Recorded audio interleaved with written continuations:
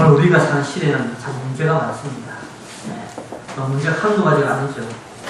크게 두 가지입니다. 우리 한국 사회가 겪고 있는 문제 가운데 하나가 뭔지 아시죠? 남북 문제입니다. 남북 문제. 핵무기, 육자회담 이런 것들이 계속해서 대한민국을 어렵게 만들고 있습니다. 두 번째 문제가 여러분 아주 최근에 발생되고 있는 우리나라의 좌파 문제입니다. 좌파. 요즘 새로운 신용어가 등장했죠. 종북 세력. 종북 세력. 그러면서 안타깝지만 우리 국민의 10%가 김일성의 주체 사상을 지지하는 소위 통합 진보당이 나타나고 또 거기에 많은 사람들이 호응을 하고 있습니다. 이런 문제예요. 뭐 아시죠? 의도대로 이야기를 합니다. 통합 진보당 의원이 6명이 국회에 들어갔는데 보좌관과 함께 한 40명, 한 50명 됩니까? 그분들 들어갔는데 참 대한민국 국회가 지금은 이런 모식이 안정된 것처럼 보입니까? 그런데 안 그렇습니다. 굉장히 좋지 않은 분위기로 달려가고 있습니다. 여러분, 내가 그렇게 생각합니다. 공산주의 사상, 사회주의 사상 이미 끝난 사상이죠. 다 경험을 해가지고 실패한 이데올로기인데 어떻게 대한민국이 어떻게 된 판에 이 실패한 공산주의 사상이 다시 대한민국에서 부활하고 있습니다. 이게 지금 문제입니다. 이게 실패한 동국군의 공산주의 레닌 막스의 사상이 끝이 났는데도 불구하고 대한민국에서는 인기를 독차지하고 있는 사상이 지금 소위 사회주의 사상입니다. 제가 왜 공산주의 사상을 언급하고 있는지 아십니까? 이것은 오늘 우리가 보는 주제 칼빈의 경제관과도 맞물리는 연관이 있는 주제이기 때문에 그러합니다. 여러분, 제가 잠시 설명하겠습니다. 공산주의의 경제관은요, 공산주의자들의 경제관은 이것입니다. 착취 있는 사람의 것을 앗아가지고 없는 사람이 나눠주는 것이 공산주의 사상입니다. 이해가 되시죠? 있는 사람의 돈이나 재산을 강제로 착취해가지고 동등하게 나눠주는 것이 공산주의의 분배 사상입니다. 한 문제는 그겁니다. 일 안 해도 직업이 없어도 살 수 있는 것이 공산주의 사상입니다. 왜?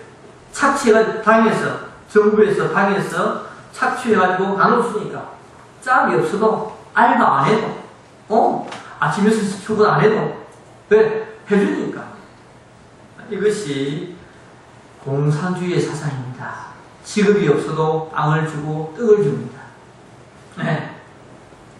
그래서요, 여러분, 공산주의 사람들은 일반적으로 볼 때 좀 깨어리고 나태합니다. 제가 러시아나 베트남 이런 등지에서 제가 강의를 해보면요, 그걸 느끼고 있습니다. 너무 깨어려요. 중국 사람, 이거 말도 못합니다. 러시아 블라디보스토크 이쪽의 사람들 엄청나게 깨어려요. 왜? 주니까. 국가에서 일 안 해도 직업이 없어도 주니까. 균등하게 주니까. 우리 칼빈의 경제관이나 우리 기독교 경제관과 전혀 다릅니다. 게임 아닙니다. 여러분, 그뿐만 아니라 왜 사회주의 사상을 이야기하냐면요, 공산주의자들은요 일을 못합니다. 일을 못합니다. 교수님 무슨 말씀입니까? 한번 들어보세요. 제 말을. 공산주의 사람들은 일을 못합니다. 예를 들어서 독일이 통일이 되었습니다. 통일되어가지고 서독이요, 동독 지역에 엄청나게 많은 시설을 투자했습니다. 도로, 소위 아우토반 멋있게 깔고, 도로가에 휴게소, 우리나라처럼 휴게소 멋있게 짓고, 또 빌딩을 많이 지었습니다. 그런데요, 지금 동독이 어떤 상태인 줄 아세요? 빌딩이나 그런 도로를 관리를 못한답니다. 관리를. 왜? 안 해봤습니까? 공산주의 나라의 사람들은 그냥 주는 거 먹고 다 일상생활을 했지 이 전체 일을 모르니까 일을 안 해봤습니까? 그래서 지금요 동독에 있는 도로가에 있는 휴게소 들어가 보면은 들어가서 일을 못 본답니다. 청소할 줄 몰라가지고 냄새 현대식스 쓰는데 그 냄새가 나가지고요 일을 못 합니다.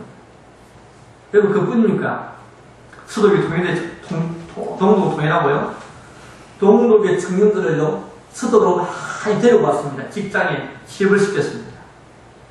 처음에는 뭐가 되는 줄 알았습니다. 일을 시켜보니까 좀 했었죠. 그런데 시간이 가면 갈수록 동독의 청년들이요, 직장에 적응을 못하는 거죠. 적응을 못한다는 거죠, 적응을. 예. 기업의 사장은 직원을 채용할 때 이윤을 생각하는데, 이윤을, 내가 저 직원을 채용하면 얼마를 주고 얼마를 내가 챙긴다, 이게 있습니다. 그죠? 그런데 이게 안 되는 거예요. 왜? 먹고 놀았으니까. 일 안 하고 먹고 놀았으니까 뭐 일을 할 줄 모르는 거예요. 그래서 요즘에요, 서독은요, 동독 청년들을 해고하는 바람이 분다 보니까 계속 안 되거든요. 일을 못하니까 사람들이. 여러분, 사회주의 사상이 이렇습니다. 예. 줘도 못 먹습니다. 떡을 줘도 못 먹는 삶이 사회주의 사상을 가진 사람들입니다. 그래서 요즘 동독은요, 멋있게 지금 빌딩, 기업체가 다 텅텅 비었다고 합니다. 텅텅 비었고, 옛날 동독의 모습으로 다시 돌아가고 있다. 그렇게 이야기를 한다고 합니다. 그래서 아주 최근에 들은 소식입니다. 여러분, 대한민국 마찬가지죠. 탈북자 등록입니다, 대한민국에. 일합니까? 일 못하죠. 일 못하. 똑같은데, 왜? 일을 안 해봤으니까. 일을 제대로 안 해봤으니까. 네? 저 요즘에 이상한 논문을 하나 읽었는데, 북한에서는 탈북자가 한국에 와가지고 한국을 봤는데, 마치 북한과 너무 비슷하답니다. 한국 기독교가. 김정일이가 예수 같고, 이렇게 생각합니다. 마리아가 김정숙이고요. 네? 붉은 주체 사상이요, 기독교 교류고요. 이런 식으로. 찬송가가 북한 노래가 비슷하고요. 이런 식으로. 모든 것들을 공산주의 사회에 넣고 돌려버리니까 이게 뭐가 안 되는 거예요. 여러분, 공산주의가 사상적인 면에서도 우리하고 안 맞지만은, 이런, 보세요. 경제관, 자본주의 경제 윤리에서도 우리와 맞지 않고 있는 사상이 바로, 공산주의 경제 사상입니다. 요즘 대한민국 경제가 어떻습니까? 여러분 아시죠? 대한민국 경제, 말도 못합니다. 중소기업이 없는 나라가 바로 대한민국이 되고 있습니다. 그 중에서 제일 어려운 계층이 어딥니까? 학생들이죠. 청년 학생들이 제일 어려운 계층입니다. 굉장히 힘듭니다, 대한민국이. 여러분, 이런 어려운 경제에도 불구하고 지금 대한민국의 정부는 좀 다른 길로 가고 있다. 우리가 기독교인들이 좀 알아야 됩니다. 이렇게 경제가 어렵고 힘듦에도 불구하고 지금 국회나 대한민국의 전체 분위기는 좌파 분위기로 흘러가고 있다. 그것입니다. 좌파 분위기로. 좌파 분위기로 흘러가면은 대한민국의 경제는 안 됩니다. 보세요. FTA 반대하고 다 반대하잖아요. 4대강 반대하고 다 반대하고. 그게 그냥 단순한 반대가 아니고 깊이 뒤가 뭐가 있는 그런 반대예요. FTA, 4대강 다 반대하죠. 이렇게 대한민국 경제가 어렵고 힘듦에도 불구하고 우리 정치하는 사람들은, 나라는, 대한민국은 지금 좌파 시대를 우리가 지금 맞이하고 어렵게 살고 있다. 그렇습니다. 그런데 오늘 우리가 살펴볼 이 16세기의 스위스의 중국학자 칼빈은요, 그렇지 않았다는 것이에요. 칼빈은 얼마나 유명한 사람입니까? 프랑스 사람이죠. 프랑스 사람인데 어떻게 살다 보니까 스위스에서 일생을 마친 개혁자가 칼빈입니다. 칼빈 모르는 사람 없으시죠? 그런데 그 사람은요, 칼빈은 그렇지 않았습니다. 자기가 살고 있는 스위스 제네바시가 어려울 때요, 그 어려운 제네바시를 경제적으로 구한 사람이 바로 누구라고요? 칼빈이었습니다. 그래서 칼빈이 위대한 인물 가운데 한 사람이죠. 우리가 보통 칼빈 하면 신학자, 조직신학자, 기독교 강요를 생각하죠. 아닙니다. 칼빈은요, 정치, 경제, 사회, 문화, 예술 모든 분야에 기독교를 적용했던 사람이 바로 칼빈입니다. 심지어 제네바시의 어려운 경제 문제까지 칼빈이 끼어들어가지고 해결했던 사람이 칼빈입니다. 그래서 우리가 칼빈을 높이 평가하고 또 좋게 평가를 하고 있습니다. 저는 그렇게 생각합니다. 위대한 신학자들은 한 면만 치우치는 것이 아니라 다방면으로 할 수 있는 사람이 위대한 신학자다. 오늘 우리 한국의 교수님들이나 신학자들 어떻습니까? 저도 마찬가지겠지만 다 한쪽밖에 모르죠. 한쪽. 우리 전공, 내 전공밖에 모릅니다. 그런데 칼빈은 아닙니다. 물론 자기가 알았지만은 다방면으로 모든 영역에 거쳐서 하나님 주권을 인정하면서 알았던 그런 사람이 바로 칼빈이었다. 칼빈이었다. 그래서 칼빈은 제네바 시의 어려운 형편을 해결했던 사람이고, 그러면서 그가 우리에게 오늘 경제관이 어떤 게 있느냐 그래서 우리에게 소개를 하고 있습니다. 여러분 프린트 있으시죠? 네. 보면서 같이 하겠습니다. 먼저 칼빈 경제관의 역사적 배경입니다. 역사적 배경. 그럼 칼빈의 경제관이 어느 시대에 어떤 배경에서 발생되는가 하는 문제죠.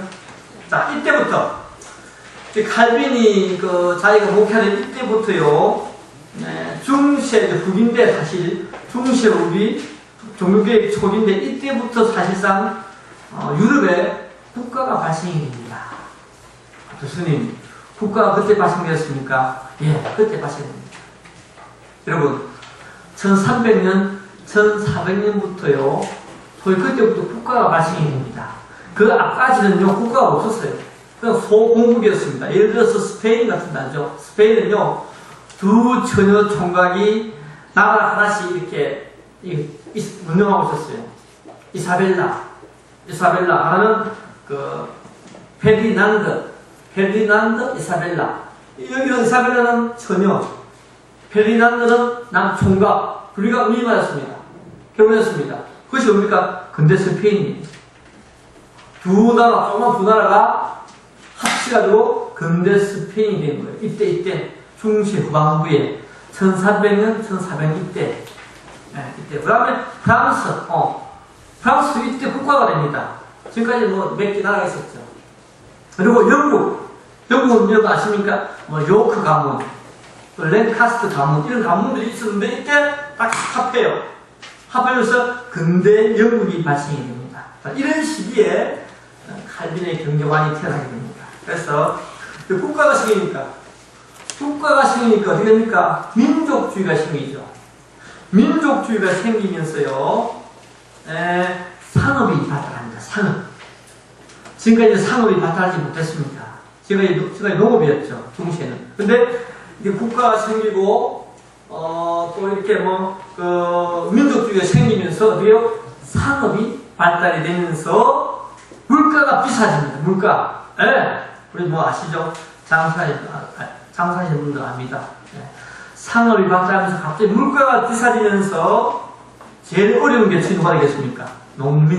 농민들이 어려움에 당하는 시기가 바로 이 칼빈이 태어나 있던 이 시기였습니다.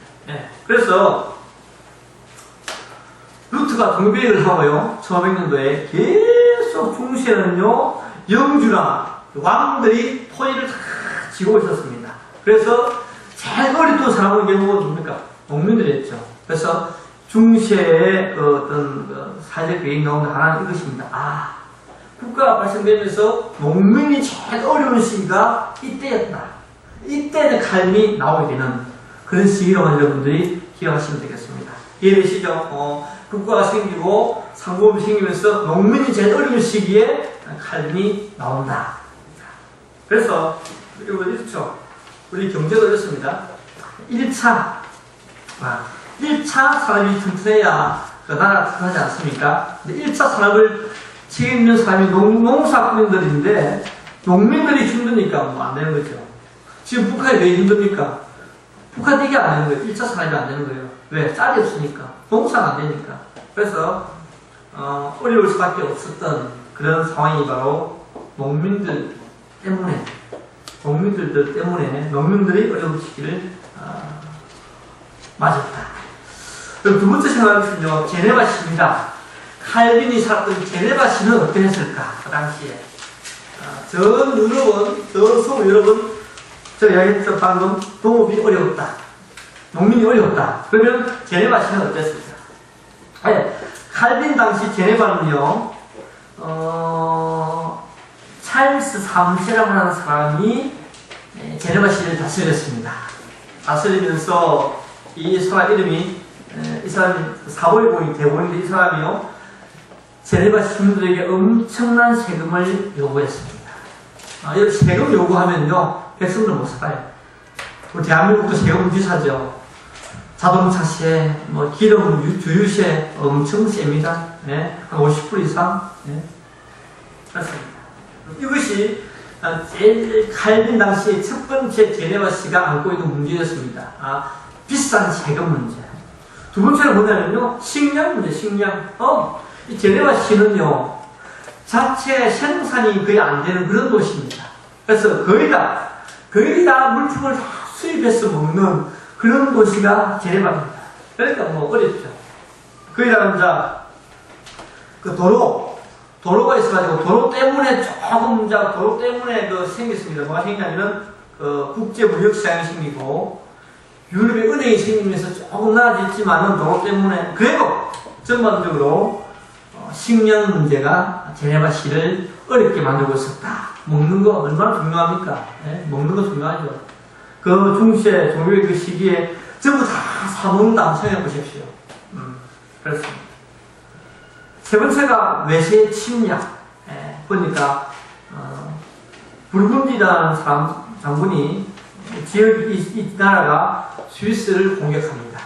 그러니까 뭐 세금 많았고요, 식량 문제 해결 안 됐고 거기다가 침략까지 당하니까 제네바 시가 어렵습니다.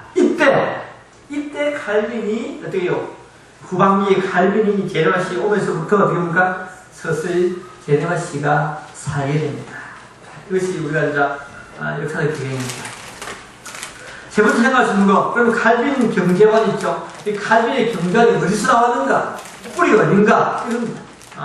칼빈의 경제관이 어디서 나왔는가? 뚝딱해서 나왔는가? 도쿄의 방망이를 때려서 나왔는가? 그게 아니고요. 칼빈의 경제관은 보니까 성경에서 나왔다. 성경에서 나왔다. 참 칼빈은 모든 그 해결의 원인을요, 다 성경에서 찾았습니다. 우리가 성경 외에 우리 어떤 문제점을 찾을 수 있는 길이 있습니까? 없죠? 칼빈은요, 경제 문제까지도 그 문제의 원인을, 그 비결을 어디요? 성경에서 찾았다. 라고 우리에게 말씀합니다. 예를 들어서 이런 거죠. 11조 해라. 11조 해라. 그럼 부자 된다. 이거 어디 나옵니까? 성경이죠. 이런 식으로 칼빈은 찾는 겁니다. 아주 간단하지 않습니까? 11조 해봐라. 그러면은 창고에 넘치도록 내가 부어주겠다. 그래서 칼빈의 이야기 아니고 성경에서 나온 사상이죠. 이런 것들을 찾으면서 칼빈이 경제관을 성경에서 찾게 됩니다. 우리 여러분 알죠? 강철왕 누굽니까? 카네기 알죠? 백화점 왕 누굽니까? 워드메이커. 다 왜? 다 부자 됐죠. 어디서요? 성경에서 원리를 찾고 11조 원리를 배우면서 부자 됐죠. 마찬가지입니다. 그래서 여러분 경제뿐입니까? 모든 우리 인생의 문제는 어디요? 그 해결이 The Bible, 성경에 있다. 여러분 경제가 아닙니다. 정치, 경제, 사회, 문화, 모든 우리 인생의 모든 문제의 키, 악스는 어디냐? The Bible, 성경이다. 그것을 우리가 또 한 번 더 새기시기 바랍니다. 그래서 칼빈은요, 어떤 개신교 학자보다 성경을 보는 눈이 특이했습니다. 한 두 가지인데요. 첫 번째는 사유재산을 인정했습니다. 사유재산. 사유재산을 인정했습니다. 그래서 하는 말, 재산은 하나님이 주신 선물이다. 부는 하나님이 주신 선물이다. 선물. 그랬습니다. 그리고 돈의 주인은 하나님이다. 이런 말이죠. 돈의 주인이 부자가 아니고 CEO가 아니고 삼성의 이건희 회장이 아니고 돈의 주인은 하나님이다. 이런 것들이 칼빈의 아주 독특한 사상입니다. 부문적으로도 나중에 배우겠지만요, 고리대금, 이자 받는 것을 인정했습니다. 와, 이게 참 기가 막힙니다. 우리 성경은요, 구약 성경부터 성경은요, 이자 받지 말라고 합니다. 그런데 칼빈은요, 이자 받아라. 어떤 사람한테 사업을 위해서 돈을 빌려가는 사람에게는 이자 받아라. 그러나 불쌍한 형제에게는 이자 받지 말라. 그래서 칼빈의 사상입니다. 저는 한글도 나가가지고 여러분들 좀 빌려주고 싶습니까? 빌려주지 말고 그냥 주세요. 나 그게 제일 좋은 것 같아. 주는 거. 주세요. 빌려주고 이자 받고 하지 말고 그냥 주세요. 주는 게 속 편합니다. 저는 그렇게 생각하니까 이거 주라. 또 뭐 받고 또 이자 돈 받고 챙기고 싸우고 교회 안 나오고 나중에 그러지 말고 그냥 주세요. 난 그게 제 사상입니다. 저는 줍니다. 아예 제 생각 받을 생각 안 하고. 근데 칼빈은요, 고리대금 이자 받는 것을 이렇게 생각했습니다. 무조건 형제한테는 받지 말고 불쌍한 형제나 교인들한테 받지 말고 단 그다음 두 번째, 사업하시는 분들한테는 이자 받아라. 왜? 사업하면 이윤 남죠. 이윤 남으니까 보내라 그럽니다. 그것이 칼빈의 어떤 사상입니다. 자, 넘어가겠습니다. 이제 본격적으로 칼빈의 경제를 보겠습니다. 1번 부, 돈. 돈이 무엇인가? 돈이 면서야 면서.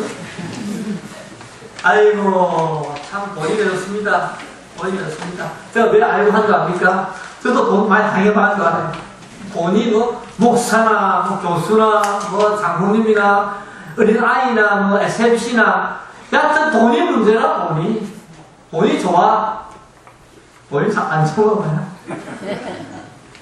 자, 여러분, 돈이 무엇입니까? 사람이 살아가면서 꼭 필요한 거죠. 없었으면 안 돼. 돈이 없으면 안 돼요. 자, 그래서 칼빈은 돈을 이야기할 정의할 때 돈이 뭐냐? 돈은 하나님이 주시는 축복이다. 따라합시다. 돈은 하나님이 주시는 축복이다. 하나님이 주시는 축복이다. 이렇게 생각합니다. 내가 벌어가지고 알바해가지고 땀을 줘도 내 노력의 대가가 아니고 이겁니다. 내 노력의 대가가 아니고 내가 식당 가서 일하고 알바했는데 주유소 기름 넣었는데 내가 했지. 내가 아니고 하나님이 주시는 것이다. 아멘. 이게 다입니다. 저는 그런 것 같아요. 저희 생각해보면 우리가 돈을 많이 벌려고 해서 벌어집니까? 안 돼요. 안 됩니다. 장모님 돈 많이 번다고 해서 벌어집니까? 안 되죠. 또 어떤 사람은 그렇게 했어요. 안 벌려고 막 열심히 해도 벌려고 굴러들고 와. 참, 그리고 돈은 참 신비해요. 정말 신비합니다. 참, 또 우리도 기독교인들 보세요. 준다고 사도 돈이 또 있어요. 우리 목사들 보면은 어떤 목사들 보면 막 교회 건축한다고 막 돈이 없습니다. 정말 실은 뺀 적도 없어요. 그런데 막 갑자기 돈이 와요. 참, 돈은 신비합니다. 근데 신비가 아니고 돈은 하나님이 주시는 축복이다. 축복. 블레싱이다. 축복이다. 하지만 칼빈은 이렇게 이야기합니다. 또 막 이어서 개인이 그 축복의 돈을 축적하거나 사리사욕으로 사용하지 말라. 사리사욕. 막 재두고 저축하고 쓰지 말라 그럽니다. 요즘 그런 분 많죠? 많이 재두고 쓰시는 분이 많습니다. 대한민국에. 아까 예배에 보니까 세계 부자가 참 많대요. 부자들 참 많아요. 부자가. 그 사람들 다 돈을 쌓아두고 쓰지 않습니까? 그렇습니다. 자, 칼빈 말합니다. 너희가 신자냐? 당신이 신자로서 돈이 있느냐? 그러면은 돈이 있느냐? 너희가 부자냐? 그러면은 가난한 사람들에게 나누고 주라. 너희의 칼빈의 경제관이었습니다. 돈이 있느냐? 당신이 집사로서 돈이 많느냐? 권사로서 부자냐? 그러면 가난한 교인에게 나누어 주어라. 이것이 칼빈의 사상입니다. 너무 마음에 들죠? 마음에 듭니다. 안 웃네. 아무도 안 웃습니다. 다 나눠주기 싫은가 봐요. 그래. 나 좀 나눠주세요, 나. 신자로서 당신이 부자냐? 잘 살냐? 그러면 못 사는 옆에 있는 권사님, 할아버지, 할머니, 아이들 나눠줘라. 그래서 칼빈의 돈에 대한 생각입니다. 쌓아두지 말고, 자기 개인으로 쓰지 말고, 불쌍한 사람들 나눠줘라. 그것이 칼빈의 돈에 대한 개념입니다. 하되 어떻게 해요? 하되 사랑의 정신을 가지고 나눠줘라. 이것입니다. 근데 여러분, 공산주의는 무엇입니까? 사랑이 아니죠. 그냥 취해가지고 그냥 강제로 주는 거죠. 그것이 기독교와 공산주의와의 차이입니다. 그렇습니다. 칼빈은 재분배, 벌은 만큼 남한테 나누어 주어라. 이것이 칼빈이 가진 돈에 대한 생각입니다. 옛날 이스라엘 백성들이 어떻게 했습니까? 광야에서 어떻게 했어요? 만나 먹었죠. 똑같은 겁니다. 만나를 거둘 때 많이 거둔 자도 한 오멜, 적게 거둔 자도 한 오멜. 그러니까 똑같이 나누었죠? 이것이 하나님이 원하시는 그런 사상입니다. 좀 뿌려 말로요, 기독교 사회주의입니다. 기독교 사회주의. 옛날에 1848년 영국에서 나온 사상입니다. 영국이 어려울 때 이 사상이 나왔습니다. 우리가 믿는 사람이 나눠줘야 된다. 기독교적 정신을 가지고 나눠줘야 된다. 그래서 빈민층을 없애야 된다. 그것이 기독교 사회주의입니다. 근데 여기 잘못 들을 때 이상하게 될 수 있죠. 사회주의가 공산주의인데요. 그거 아닙니다. 기독교 사회주의입니다. 기독교 사회주의. 킹슬이나 모리스 같은 유명 영국의 성공의 신부들이 외쳤던 사상입니다. 당신이 부자냐? 빈자에게 나눠줘라. 그것이 기독교 사회주의다. 그런 사상이 성경에 있죠. 만나. 나눠줘라. 똑같이. 먼저 온 자도 똑같이 한 오멜, 적게 온 자도 한 오멜, 똑같이 나눠주는 거. 나눠줄 때 어떻게 해요? 십자의 마음으로 나눠줘라. 그것이 칼빈의 마음이고, 사상이고, 성경의 사상입니다. 상당히 사람이 독감합니다. 괜찮습니다. 그래서, 칼빈은요, 부자의 돈을, 어떻게 해요? 부자의 돈은 누구의 돈? 가난한 자의 돈이다. 부자의 돈은 누구를 위해서 있다? 가난한 이웃을 위해서 있다. 이것이 칼빈의 사상입니다. 예? 부자도 너 많이 가져주시면 많이 필요 없다 그럽니다.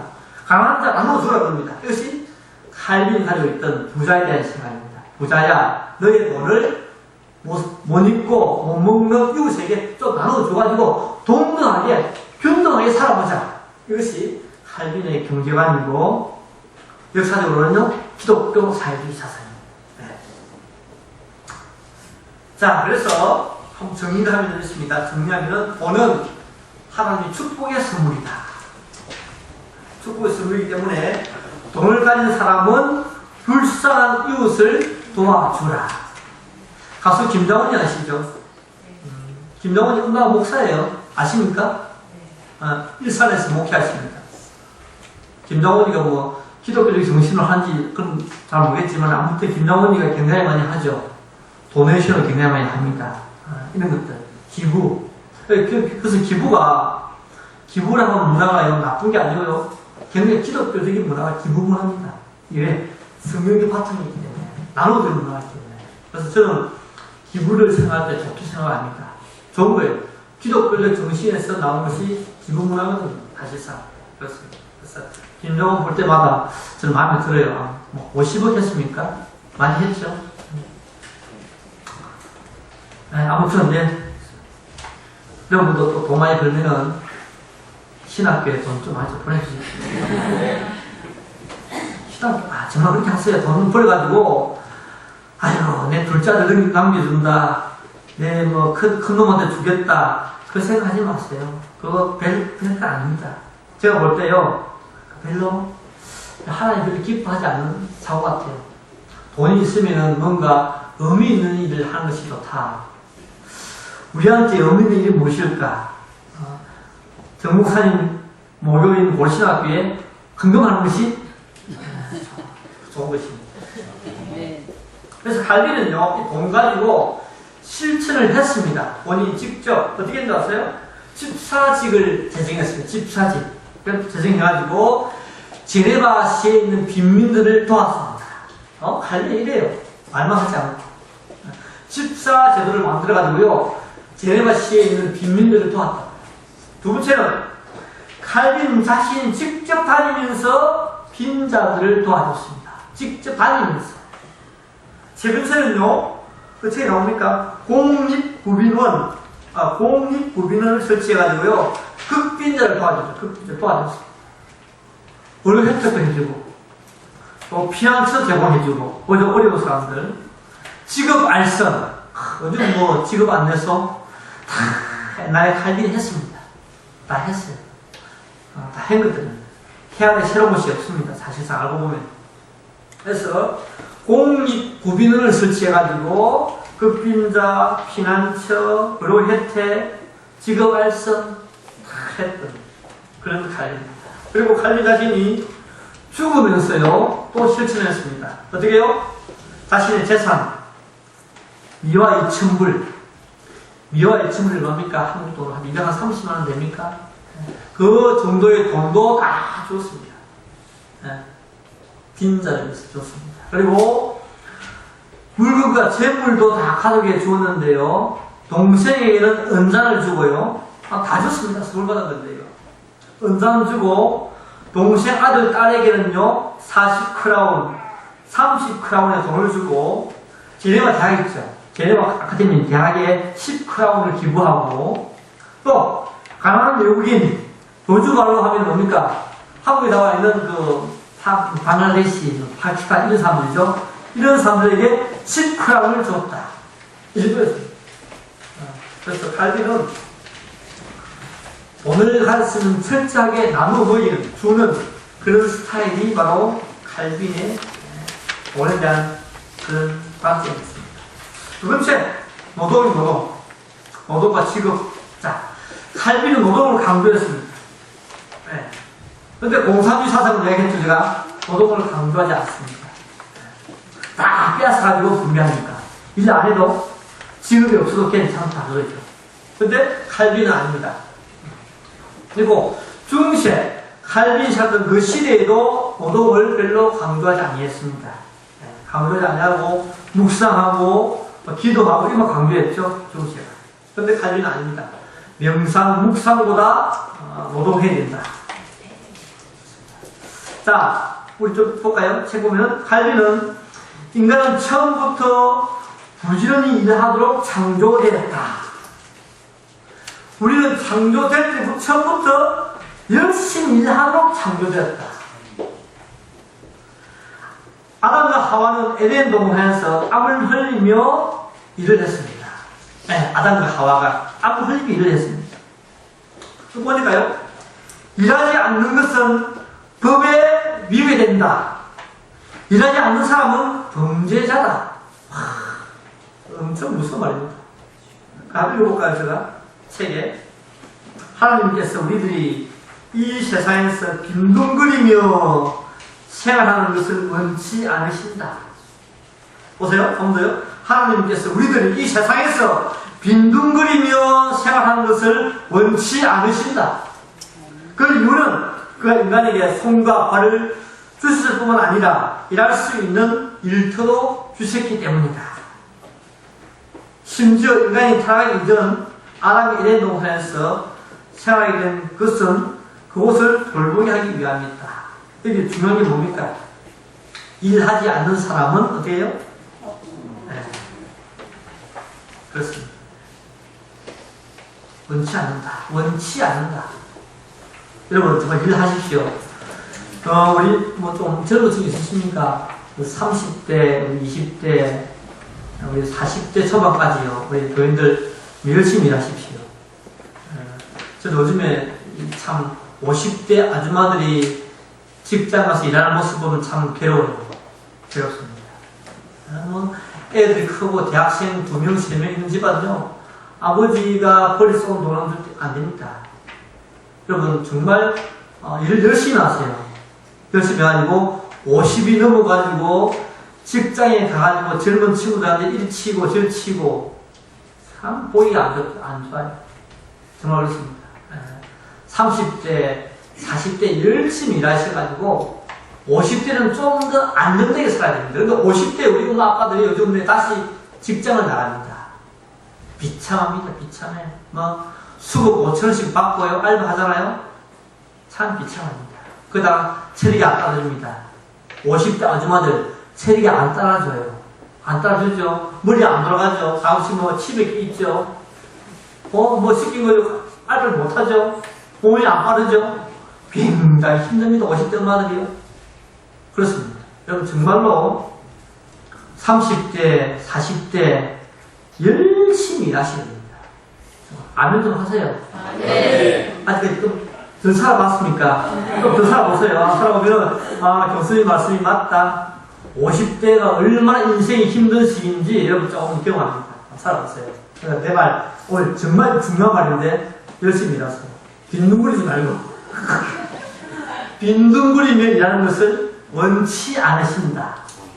하나님 우리에게 50대 중반, 60대까지 나가서 일하는 거 물론 일하고 좋지만은 참 심하게 일하는 거 원치 않으십니다. 좀 편하게 살아야지 이제는. 50대 되고 하면요 직장에서 부장, 과장 다 올라가잖아요. 그때 안 되는 거예요. 살리면 안 되는 거예요. 그때 어떻게 합니까? 엄마들이 나가거든요. 엄마들이 나가보다 직장에 가면은 자기 아들 같은 애들과 함께 일하는 겁니다. 같이 얼마나 힘듭니까? 그 사람이. 여러분, 저는 참, 그 신문 보면서 참 많이 느껴요. 참 안 돼 보인다. 50대 엄마들이 많이 고통당하는 시대다. 여러분, 정말로 일할 때 열심히 하시고, 많이 모아놓으세요. 돈 많이 버세요. 벌어가지고, 저축도 해놓으시고, 그렇게 해야 됩니다. 워낙 시대가 돈을 많이 먹는 시대라서, 그렇지 않습니까? 열심히 일하셔야 됩니다. 그래서 할진 말 맞습니다. 처음부터 부지런히 일하고 창조됐다. 대충 떼우기 하지 말고 여러분 직장 가서 대충 떼우기 식으로 하지 마세요. 제가 가운데 이런 이야기 듣습니다. 또 가면요 어떤 아줌마들은 하루 내내 이야기하고 시간 때우는 아줌마도 있고 제가 그런 이야기 같이 들어요. 뒤에서 어떤 아줌마는 열심히 일하고 근데 열심히 일하는 사람은 제가 볼 때 그렇지 않은 것 같아요. 근데 말 잘하고 농담하고 대충 하고 눈치 보고 그런 사람 있죠. 그런 분들은 비그리스도인 예수 안 믿는 사람. 여러분 아닙니다. 부지런히 일하고 창조되었다. 심지어 아담과 하와도 일했다. 아무리 일을 했다. 그렇습니다. 여러분 중요한 거요. 아담과 하와도요. 죄를 짓기 이전부터 노동을 했다는 것입니다. 이게 중요합니다. 아담과 하와는 죄 지은 이후부터 일했겠지. 아닙니다. 죄를 짓기 이전부터, 그 전부터 에덴 동산에서 일을 했습니다. 관리했습니다. 일했습니다. 그래서 이건 무엇입니까? 이건 우리가 처음부터 죄와 관계없이 처음부터 우리 인간은 일하도록 창조된 사람이다. 그래서 우리에게 말씀하고 있습니다. 그래서 저는 교회에서 교회를 안 하는 사람 있죠. 되게 미워요. 빈둥 눈치 보고 뒷자리에 앉아있고 그냥 목사님 눈치만 보고 목사님 축도하자마자 평 쫓아가버리고 그 사람 있죠. 물론 성승이 없을 거야.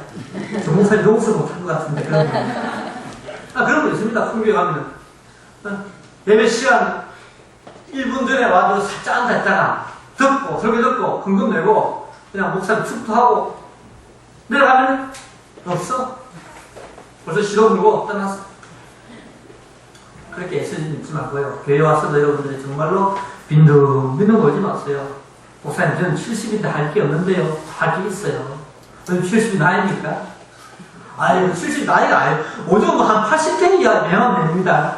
요즘 교회 안에요 할머니들이요 70대 할머니들이요 어디 같이 안 하려고 합니다. 교회에서 하는 행사에 다 언니가 다 80, 90이야. 자기 70이고 옛날 같으면은 보스인데 요즘은 70이 동생이야, 동생. 힘을 못 써? 저희 어머님이요. 제가 2주 전에 갔다 왔는데 94세입니다.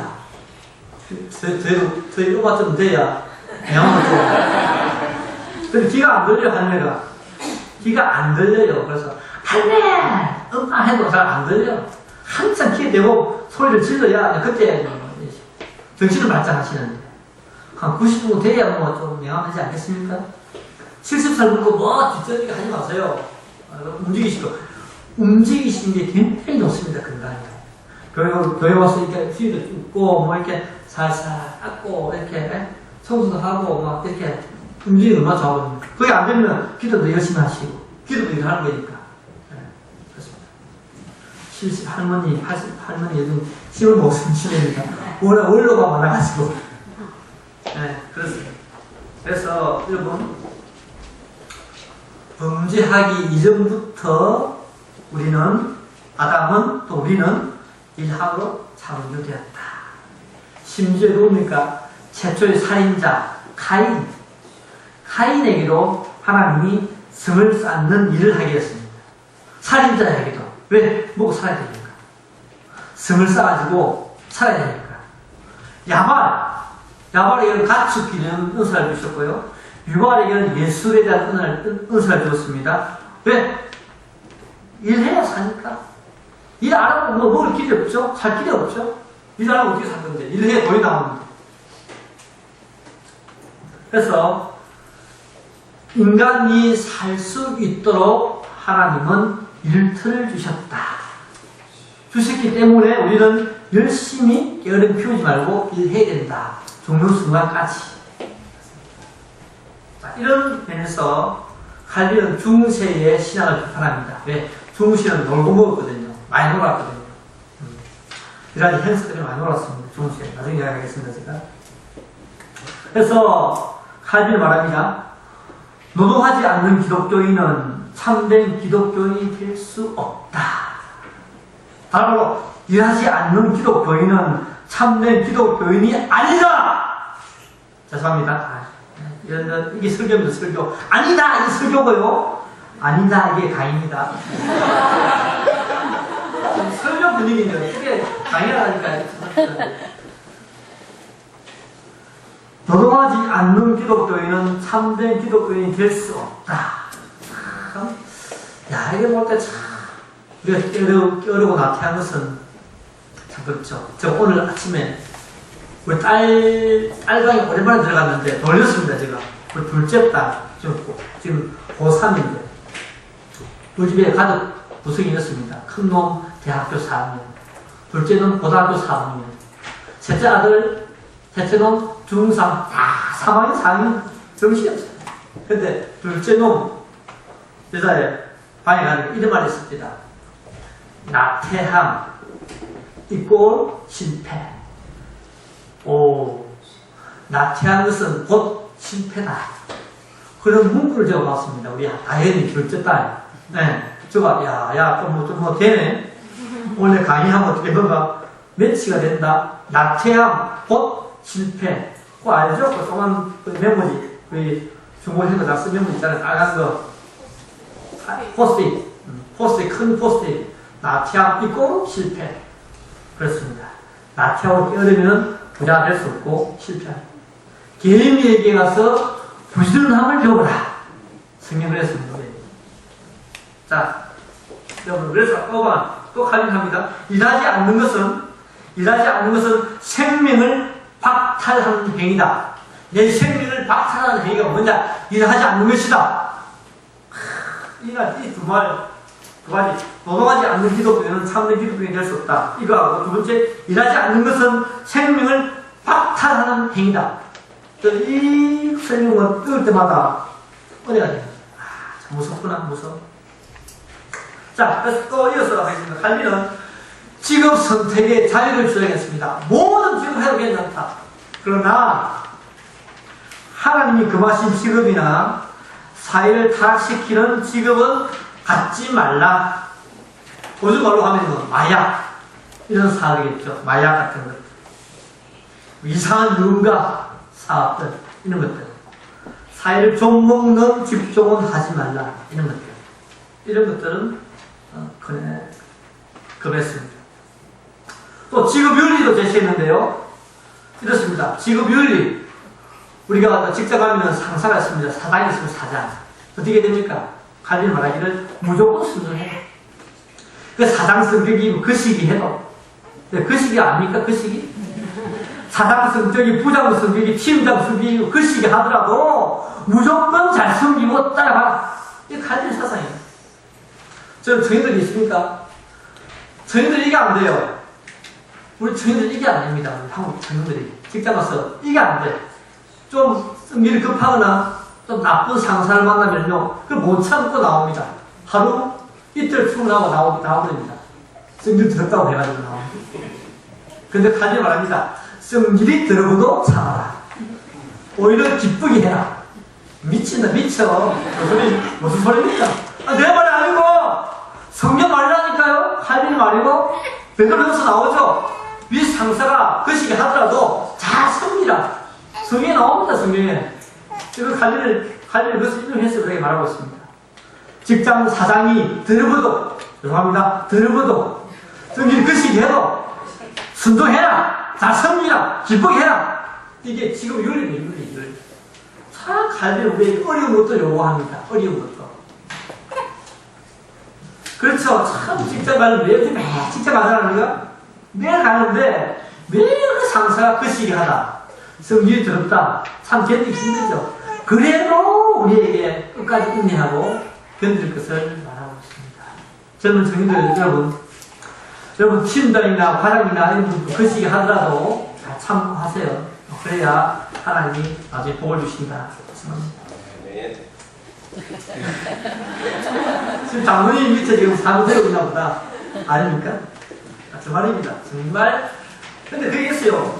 위에 사장이나 팀장 이런 분들은요, 보이 나름대로 뭐가 있거든요. 회사를 운영하기 위해서는요, 조직이 뭐 있어야 되잖아요. 너무 약해보면 안 되잖아요. 그래서 그런 면도 있습니다. 우리가 양면을 다 생각을 하셔야 돼요. 노동시간, 공휴일도 언급을 했습니다. 자, 당시 제네바는요, 축일이, 노는 날이 굉장히 많았습니다. 공휴일이 많았습니다. 예를 들어서, 축일. 축일이 뭔지 아시죠? 세례를 왔습니다, 세례. 세례를 받는 그 세례명이 있죠. 베드로라는 세례명이 있으면은, 그 사람 날에, 베드로라는 그 사람 날에 쉽니다. 이런 경우. 그래서 중시에는요, 축일이 많았기 때문에 자주 쉬었습니다. 그러니까 이게 경제가 안 돌아가는 겁니다. 사람이 볼 때 일을 해야 되는데 또 쉬어야 돼. 어제 놀고 왔는데 오늘 하루가 분명히 또 쉬어. 이 중시의 분위기였습니다. 그러니까 칼빈은 아니다 그럽니다. 이렇게 하면 안 된다 그럽니다. 성경대로 1월부터 5월부터 8월까지 열심히 일하고 주일에만 쉬어라. 이것이 칼빈의 사상입니다. 맞죠? 그래서 우리가 행하면은 주 5일 근무제, 이거 별로입니다. 이거 뭐, 어떤 학자들은 좀 맞춰가지고 이거 합리화하는데 잘못된 거예요. 잘못된 겁니다. 잘못된 학자들은 합리화합니다. 이걸 저걸 가져와가지고 만들어가지고 합리화시키는데 전혀 안 맞습니다. 그래서 칼빈은 제네바 씨가 너무 많이 공휴일이 있으니까 회사가 공장이 안 돌아가니까 아니다. 폐지해라. 오는 거 없애고 주일만 쉬자. 성경대로 10시 동안 열심히 일하고 주일만 일해라. 쉬어라. 그것이 칼빈의 생각이었습니다. 그래서 칼빈은요 이랬습니다. 하나님 우리에게 주어진 시간에 우리가 일하지 않냐고 빈둥거리고 노는 것을 부끄럽게 생각해야 된다. 빈둥거리며 노는 것을 부끄럽게 생각해야 된다. 그래서 칼빈은 죽는 순간까지 펜을 놓지 않고 뭘 했습니까? 주석을 썼습니다. 죽는 순간까지 일을 했던 사람이 바로 칼빈입니다. 그럼 다 돼갑니다. 세 번째, 임금. 보수, 월급. 자, 그럼 우리 일을 하면은 월급을 받습니다. 알바를 하면은 알바비를 받죠. 자, 그런데 칼빈은 말합니다. 우리가 월급을 안 받을 수도 있다. 무슨 말입니까? 일했는데요? 월급 주여 사는데요? 우리 생각이죠. 그런데 칼빈이 말하기를, 일해도 우리가 월급을 안 받을 수도 있다. 왜? 우리 인간은 죄인이기 때문에 보상받을 권리가 없다. 그래서 칼빈의 1차적인 생각입니다. 그런데, 그렇습니까? 아니죠. 돈 받아야죠. 이것이 원리고요. 원리고, 할비는 더 나아가서, 그래도 우리는 살기 위해서 월급을 받아야 된다. 그렇지만, 안 주면 안 받아도 된다. 왜? 우리 죄인이기 때문에. 그래서 주면은 받아라. 또 받는 것이 더 낫다. 그런 쪽으로 할비는 생각합니다. 받아야 되죠. 그러나, 할비는 원래 생각은 안 받아도 된다. 왜? 죄인이기 때문에, 우리가. 그렇지만, 살기 위해서 학생 학교 애들 대학 보내고 학원 보내고 하기 위해서 우리 돈 필요하죠. 그 때문에 돈이 필요하다. 월급을 받아야 한다. 그렇게 갈비는 생각합니다. 두 가지 개념입니다. 두 가지 개념. 이해되시죠? 자, 그래서 갈비는 말하기를 사장들에게 하는 말입니다. 돈을 사장들은 좋은 분들에게 돈을 띵땅 해서는 안 된다. 임금 체불, 연기하거나 안 주거나, 이렇게 하면 안 된다는 겁니다. 대한민국에 왔던, 베트남이나 이런 사람들, 초기에 와가지고, 월급 많이 떼있죠. 대한민국의 나라 사람들로부터, 그죠? 그러면 안 됩니다. 임금 체불 하지 말라. 돈 주어라, 제때 주어라. 한번 읽어볼까요? 이때, 나와 있습니까? 강도가, 보입니까? 네. 강도가 사람을 죽이는 목적은 재물의 약, 다 같이 시작. 시작. 강도가 사람을 죽이는 목적은 재물의 약탈에 근거하지만 다른 사람의 노동을 착취하여 임금을 가로채는 것은 그의 피를 빨아먹은 후에 빨아먹게 물품으로 내쫓는 것 같은데 이러한 행위는 이방인의 자기장의 죽음보다 더 흉악한 짓이다. 피를 보세요. 무섭다. 피를 빨아먹은 후에 빨아먹겨 무일푼으로 내쫓는 것과 같다. 돈 안 주는 것은. 야, 칼빈이 얼마나 심하게 이야기하고 있습니까? 그 일을 했으면은 돈 주어라 겁니다. 우리 돈 받아야 되고. 근데 오늘날 잘못된 사람들 사기치고 하룻밤에 문 닫아버리고 가버리죠. 돈 안 주고. 피를 빨아먹은 후에, 피를 어떻게 빨아먹어, 우리가? 우리 식인종인가? 고스트가? 피를 빨아먹은 후에 알라벗겨 무일푼으로 쫓는 것과 같아. 네, 쫓는 것과 같다. 이방인을 죽이는 것보다 더 흉악한 짓이다. 돈 안 주는 것이. 사람들이 조금분하게 돈 안 주는 것이. 이렇게 심하게 말하고 있습니다. 돈 줘야 되겠죠? 여러분, 혹시 사장님 계십니까? 돈 주세요. 무섭다. 피를 빨아먹은 후에 피를 빨아먹은 후에 빨리 가서 물품을 보낸다. 이야, 그것보다 더 무서운 거래요. 신이 하는 사장님 여러분들, 반드시 알바 일 시키고 직원들 돈 빼먹지 마시고 주시기 바랍니다. 주셔야 됩니다. 가져야 생각입니다. 주야 삽니까? 어떻게 삽니까? 자, 반면 노동자들 또 한마디 합니다. 너희 노동자들은 담합을 하지 말라.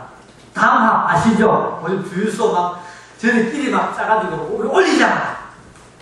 제가 우리끼리 합해서 올리자. 이런 거 있죠. 하지 말라고 합니다. 갈비는 굉장히 앞서갑니다. 네. 담합. 우리 한참 유행 한국에. 한참 유행 이미 1500년도에 이미 이거 알고 갈비는 담합하지 마라. 하지 말고 제대로 해라. 노동자들 너희들 노조 하지 말라. 노조 그겁니다. 노조 해가지고 하지 말라 그럽니다. 우쌰 하지 말라 그거예요. 나 이러면서 가진 적이 하는 얼마나 앞서갔던 사람인지 모릅니다. 네. 통신비고 주유비 막 해가지고 얼마 올리라고 적발되고 벌금 먹고 그러죠. 우리 사장님들이. 그 다음에 보니까요. 또 갈비는 노동자들이 하루 일당도 정했습니다. 일당. 갈비 참 바쁘다. 목회하랴, 설교하랴, 강의하랴, 노동자 하루 일당도 정하랴. 참 어떻게 정했습니까? 그 보세요. 석공, 모자 제조공, 기술자, 노동자는 6수 이하. 6수, 수라는 단위요. 프랑스 화폐 단위입니다. 프랑스 화폐 단위인데 원래 로마 화폐 단위인데 제가 정확하게 6수가 얼마나 가격인지 모르겠어요. 몰라요? 그냥 찾아보세요. 저도 몰라요. 6수가 오늘날 얼마 되는지 모르겠어요. 6수 이하. 석공, 모자 만드는 사람, 기술자, 노동자는 육수 이하를 줘라. 하루 일당. 그죠? 여자에게는 10쿼터. 10쿼터도 제가 잘 모르겠습니다. 1쿼터 나오겠네요. 그 다음에 그 대신 식사 제공할 때, 여자들한테 식사 제공할 때는 5쿼터만 줘라. 5쿼터. 밥하고 5쿼터 빼는 거예요. 밥 안 먹으면 10쿼터 받는데, 밥 먹으면 5쿼터 받습니다. 칼리 정했어요, 이렇게. 제르마 씨에. 자, 이것을 어길 경우는 어떻습니까? 이것을 어길 경우에는 고용주나 비용주 모두에게 60수의 벌금을 징수합니다. 그 다음에 임금 문제. 월급을 올려달라. 낮추자. 이래서 싸움을 벌여줄 때 어떻게 되느냐. 이때는 시의회와 나와서 중재해라. 제네바 시의회에서 나와서 그것을 해결해라. 그것이 칼빈의 생각입니다. 그래서 참 칼빈 보면요, 참 아무튼 대단하신 분입니다. 그래서 나중에 보니까 시의회가요, 노동자들의 노동 조건을 조정하는 데 보면은 어떤 게 있냐면요, 혹사, 노동자들의 혹사를 금지시켰다. 뭐 잔업 같은 거 이거 하지 말라는 겁니다. 야간 작업 하지 말라는 겁니다.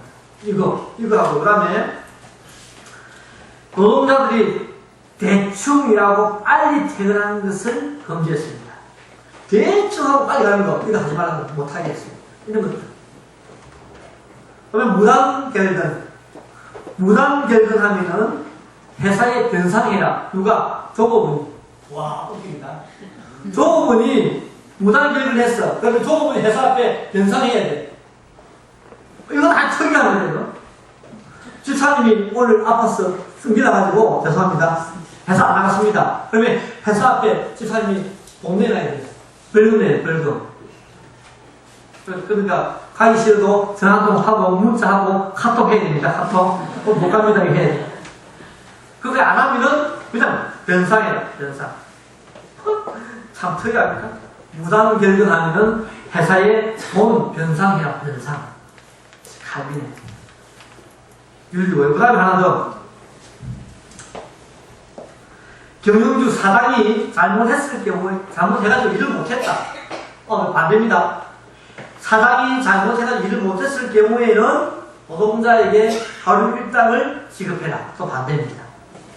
이런 것들이 칼빈이 가졌던 임금, 보수, 돈에 대한, 월급에 대한 생각입니다.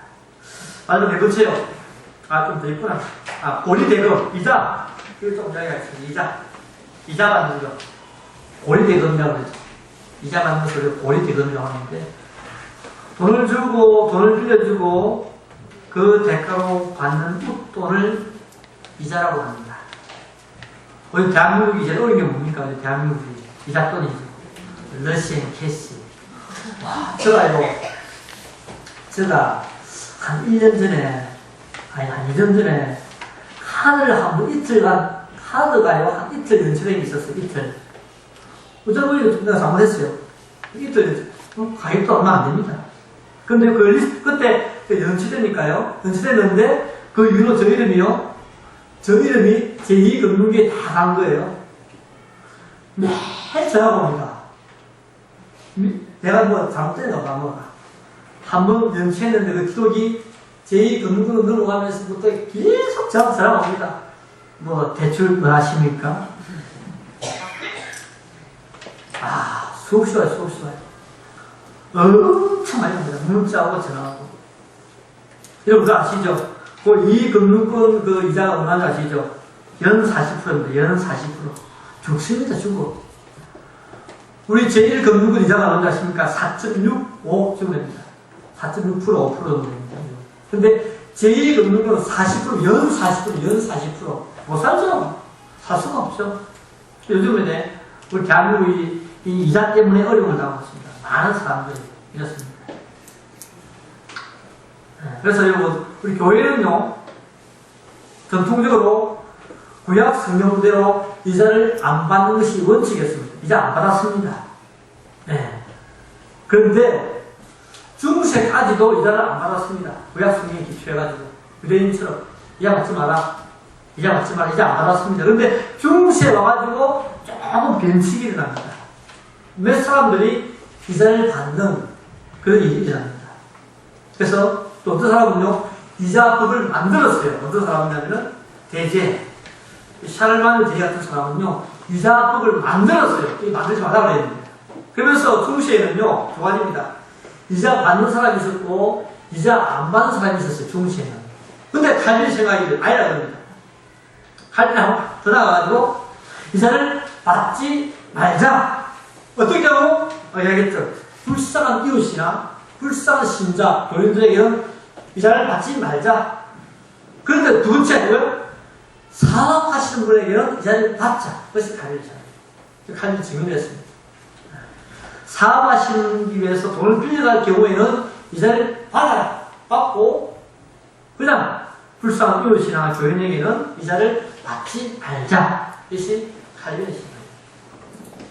이해되십니까? 이러고서 어떻게 합니까? 어떻게 할 거예요? 이자 받을 거예요? 별 이자 받지 말고, 그냥 주세요. 줘요. 얼마 됐다고. 돈 100만원, 돈 10만원, 그게 큽니까? 그냥 주세요. 주는 것이, 주는 자가 받는 것보다 복이 있다. 저는 그 확신 있는 사람입니다. 그래서 칼빈은 두 가지입니다. 가난한 사람들에게는 돈을 그냥 주고, 이자 받지 말고 주고, 사업한 사람에게는 이자를 받아라. 이것이 칼빈의 이자에 대한 개념입니다. 그 다음에 넘어가겠습니다. 나중에 보니까요, 그 다음에 보니까, 칼빈은요, 나중에 이자율을 정합니다. 정합니다. 나오죠, 책에? 5%이자, 5%가 되도록 이자율을 정합니다, 나중에. 대단하죠. 요즘 제1금융권이 하는 건 되는데, 칼빈은 당시에 이자를 5% 정했습니다. 상당히 우리가 생각할 때, 우리가 상당히 맞지 않나, 그렇게 생각해요. 제1금융권도 요즘 하니까. 5%. 자, 마지막에 5번째요. 산업, 장사. 자, 여러분, 우리는 각자 한 가지 재능이 있습니다. 있죠. 그 재능을 내 삶에 적용하는 것이 뭡니까? 장사입니다, 장사. 제가 간단히 이야기했는데요. 남대문 시장 가면 그 아저씨들 있죠. 춤추면서 하는 거, 골라, 막 박치고 하는 거, 저런 거 못하겠더라고요. 저런 거 못하겠어, 겁났어. 창피스러워. 그 어디야, 지하철에서 다 문 열고 와가지고, 야, 이 문 천장입니다. 쫙 설명했죠. 나 못하겠어. 정도로 하겠는데. 근데 달란트죠, 달란트. 대중 앞에 쓸 수 있는 달란트 있죠. 그 달란트를 적용하는 것이 뭡니까? 장사입니다, 장사. 전 참, 남대문 그 아저씨들, 장사하는 거, 이야, 참, 대단한 것 같아. 앞에 몰수하고, 그 재능이거든, 재능. 장사의 재능. 자. 그래서 칼빈은, 장사하는 것을 적극적으로 주장합니다. 네. 왜요? 자신이 생존할 수 있고, 또 둘째, 남이 내 물건을 사서 살 수 있기 때문에 장사해야 된다. 그렇게 말하고 있습니다. 근데 중세 신학자들은 당시에 장사하는 것을, 상업을 엄청난 것으로 생각했습니다. 이유가 뭐냐? 첫 번째 이유는 아마 고리대금, 상업이 고리대금업과 뭔가 연관이 있을 것이다 라고 하면서 싫어했고요. 두 번째는 왜 구약성에 나오죠? 저울을 속인단 말. 그 말 때문에 싫어했습니다. 그래서 농업을 좋아하고 상업을 싫어했는데, 장사를 싫어했는데, 칼빈은 어떻게 해요? 아니다. 장사를 상그레 해야 된다. 그러면서 말하기를 상업은 하나님이 주신 직업 소명의 축복이다. 그 이야기였습니다. 축복이다, 축복. 장사가 하나님이 주신 축복이다. 하나님의 축복이다. 또 장사하면서 내 재산이 축적되고 이 사회가 잘 살 수가 있다. 이것이 삶의 생활입니다. 그죠? 장사 안 하고 어떻게 하면 사회가 번창할 수 있겠습니까? 그러면서 그 예로 당시에 두로라는 도시를 들어서 설명합니다. 저 두로 도시를 말합니다. 두로 도시가 형편없는 도시였는데 지금 대도시가 되지 않겠느냐? 왜 그렇게 됐는가? 두로가 무역을 했다. 무역을 했기 때문에 상거래 했기 때문에 두로가 이렇게 큰 도시가 되지 않겠느냐? 라고 하면서 산업을 적극적으로 하는 것이 칼빈의 생각입니다. 저도 저 개인적으로 우리 크리스찬들이요 회사 다니는 것보다 장사하는 것이 좋지 않나 생각이 듭니다. 네. 회사 다니는 회사도 좋지만은 11조를 많이 하고 또 자기 생활 시간도 여유 생기고 여러 면에서 볼 때 저는 장사가 교회 봉사하는데 또 맞지 않겠는가. 쉽지 않죠. 장사 쉽지 않습니다. 실패도 있고 하는데 그래도 저는 호떡 굽는 거라도 장사하면은 그것이 훨씬 낫지 않겠는가. 그러잖아요.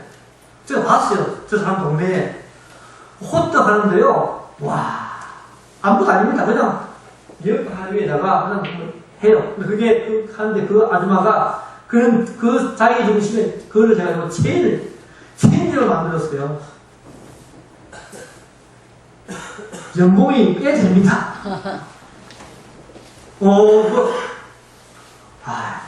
모르죠. 호텔 장사 돈 많이 버는 거. 무시하지 마세요. 슈퍼 가게 하는 건 낫습니다. 슈퍼 하기 얼마나 고생한 거 아닙니까? 슈퍼 하는 마켓 고생합니다, 분들. 근데요, 이거 괜찮아요. 현금. 하나 안 받습니다, 줄게. 하나 받을 수가 없어. 현금.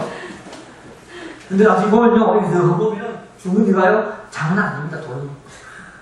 기름 묻은 돈이 장난 아닙니다. 저는 그렇게 일주일마다 해가지고 11주하고 또 11주하고 이거 재미.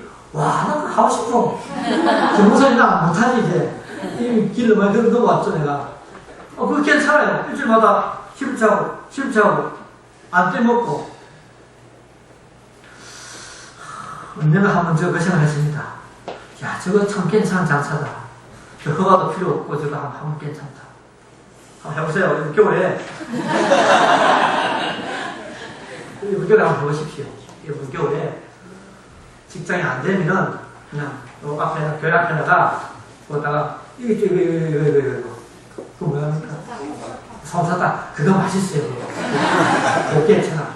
오늘 내가 저 TV에 골프 영화 보니까 영국 사람들 골프 보기하면서 전부 다 아이스크림이 먹고 있더라고. 야, 속으로 저 돈 되는 건데 저거. 골프 뭐 10만 명이 몰려 그러는데요. 10만 명이 듣잖아요. 저 내가 다 이거 아이스크림 많이 먹고 있어요. 와, 그 돈 됩니다, 돈 됩니다. 여러분 수박장사 그거 돼요. 그거 됩니다. 도마도 장사 됩니다. 장모님 집사님이시래요? 한번 해보실래요? 왜요? 사업장에서.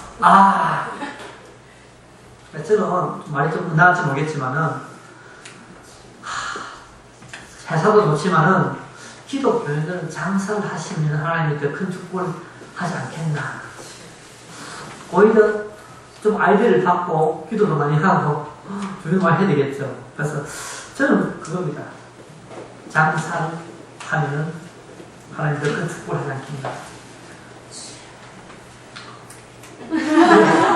네, 여기 조사해 보십시오. 혹시 몇 사람 또 호빵 꾸러 갈지 모르니까.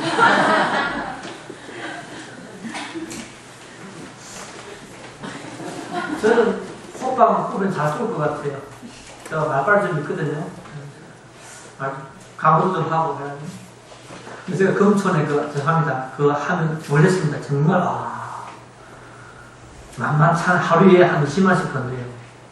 하루에 20만원씩. 한 달에 얼마예요? 그러니까 직장인이 한 달에 쭉쭉 얘도 150만원, 20만원, 150만원, 200만원 이런 걸 많이 받지. 큰 기회로 가야 하루에 20만원씩 이상 건데요.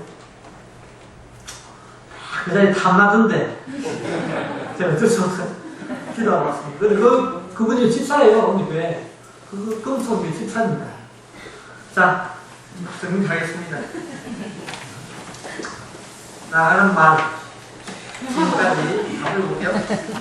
지금까지 본 내용의 정리를 하면 다음과 같아. 첫째, 철저하게 성경이 토대가 된 경제율이다. 성경, 우리 경제 아니라 우리 모든 삶이 성경이 토대가 돼요. 우리 성경을 벗어나면 안 되겠죠. 경제 문제 아니더라도 모든 우리의 삶에 우리의 기독교는 성경이 토대입니다. 평등의 원리가 적용되었다. 참 다 잘 살아야 되는데 대한민국은 1%가 잘 삽니다. 1%가 잘 살고 어렵죠. 이런 것들이 좀 우리가 생각하는 문제죠. 우리가 기독교인들이 잘 돼가지고 우리가 잘 돼가지고 우리가 말 100%해야 돼. 그럼 전도됩니다. 나는 이거 원합니다. 기독교인들이 잘 살아가지고 베풀면 돈 주고 막 풀면 전도되는데 기독교인들이 못 사니까 전도가 안 되는 거야. 저도 한 며칠 이야기했습니다. 이야기할 수 없고 저도 좀 잘 돼야 되는데 잘 됐지만 또 약해요 아직까지.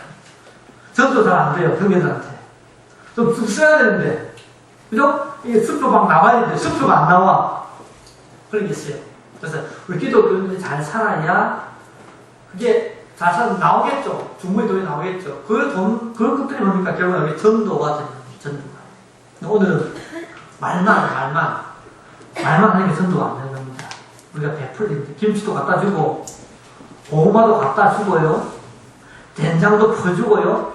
쌀도 갖다 주고요. 비 오는 날 전도 부어가지고 보내주고요. 전 압니까? 전? 알죠?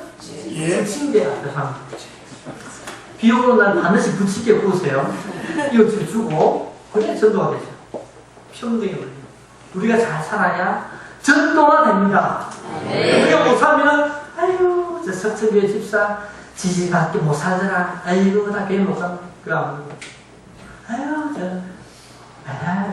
아유 인색해. 아유 저 사람 거시기해. 저게 거시기입니다. 저 사람 저게 거시기해. 돈도 안 했어. 짜. 이래만 전도 안 된대요. 베풀고 우리가 다 축복을 받아가지고 베풀고 사주고 이래야 좀 되는데. 이상입니다. 한번 읽어보십시오. 설교가 아닙니다. 혹시 질문 있으십니까? 감사합니다.